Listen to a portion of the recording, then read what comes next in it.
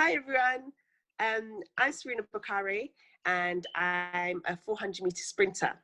I'm just going to talk about how I started, what I've achieved and where I'm currently at with the sport. So my earliest memory of running in general was when I was in year 3, so about 8 years old, and I remember running against the year 6 boys on the field and I beat them. So I was like, oh, this was good. This was pretty fun. And then from school, here and there, I'd just compete in all the summer races and track and field events, and I'd fare pretty well, coming in the top 3. But I didn't really specialize, I'd say, into track and field or sprinting until I got into year 8, so I was about 12 years old. Other than that, I do basketball, netball, rounders, cheerleading. I just enjoyed sport in general. And so, yeah, year 8, I was 12 years old, and we had this thing called indoor athletics. And so you'd compete in your region. So I'd compete against other people in Bedfordshire. And then you'd progress on to like the national finals, which was in Norwich at the time. And we went up there and I did high jump. So that's what I started off doing, high jump. And I came second. And then in the sprint events, me and my partner, we won. And so from there, I was encouraged to really think about track and field and really think about joining a private athletics group. And at the time, it was difficult for us because I lived, let's say, like 15 minutes from the track, but I wasn't able to get there because my dad worked and my mum didn't drive. And it was going to be too expensive for me to get the bus up into the track. And so my school were really, really good. And they paid for a taxi twice a week to and from the track for me to train. And honestly, I can't thank my school enough, because without them, really, I wouldn't be doing athletics anyway.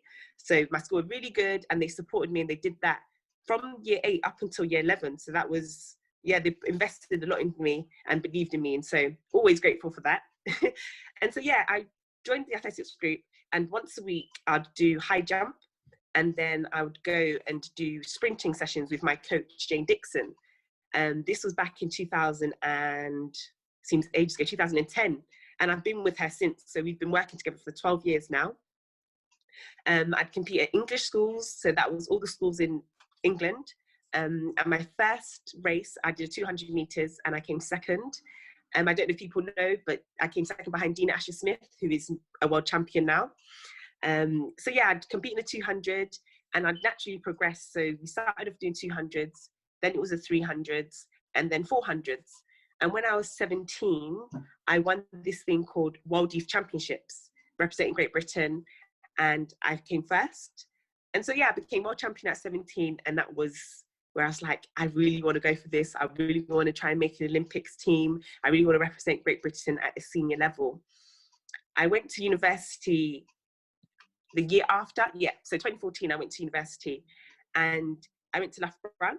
I studied psychology, but being away from my coach, so initially we was working with a different coach together. So I had 2 coaches and I was in Loughborough. Jane would set my program and the other coach would oversee it and look after me whilst I was there, because my coach couldn't come up and down all the time. She still had her life in Bedfordshire and my other training partners. And unfortunately, it didn't really work out for us. And so I was in Loughborough and I was getting my progress from my coach, but I was training on my own, something that was new to me. And as an 18-year-old, it's different. Like, I'm quite young. I was quite young at the time. And although people were around and supported me, you still kind of feel this level of isolation. The discipline, the motivation wasn't a problem, but I kind of felt lonely training on my own. But I tried. And then I did get injured. So I had a stress fracture in my tibia, which is like the bottom of your leg. And I struggled to get back into any kind of fitness. I didn't really have any good seasons. Like, the following season wasn't that good. I wasn't running races as I used to. And so since then, I've just been working my way back. I'm back home now. I've been graduated for 2 years and I'm happy. And I think that's the main thing. Like, a happy athlete is a fast athlete. And so I've always said that. And now I'm in an environment where I'm around people that make me happy, who all have the same common goal. I think now is the time where I can hopefully run faster. So last year we made a bit of progress. I ran the fastest I had run in 5 years. So we're happy about that. Unfortunately, with the pandemic this year, races got cancelled, things got shifted around. I've been struggling with a little bit of an injury in my Achilles tendon, just with like tendonitis. And so when it occurred, we just called it a day on the season, hoping to build back up for next year. So fingers crossed, if Corona allows, I'd be competing and trying to make a senior team. Next year, there's the Olympics to happen, of course, which is a big one. And hopefully there's some indoor events that I could try and get ready for and try and qualify for. So that's where I am with the track and field. I still love it, and I train 6 times a week. And if I didn't love it, I wouldn't train 6 times a week. So yeah, that is the aim, trying to make a senior team.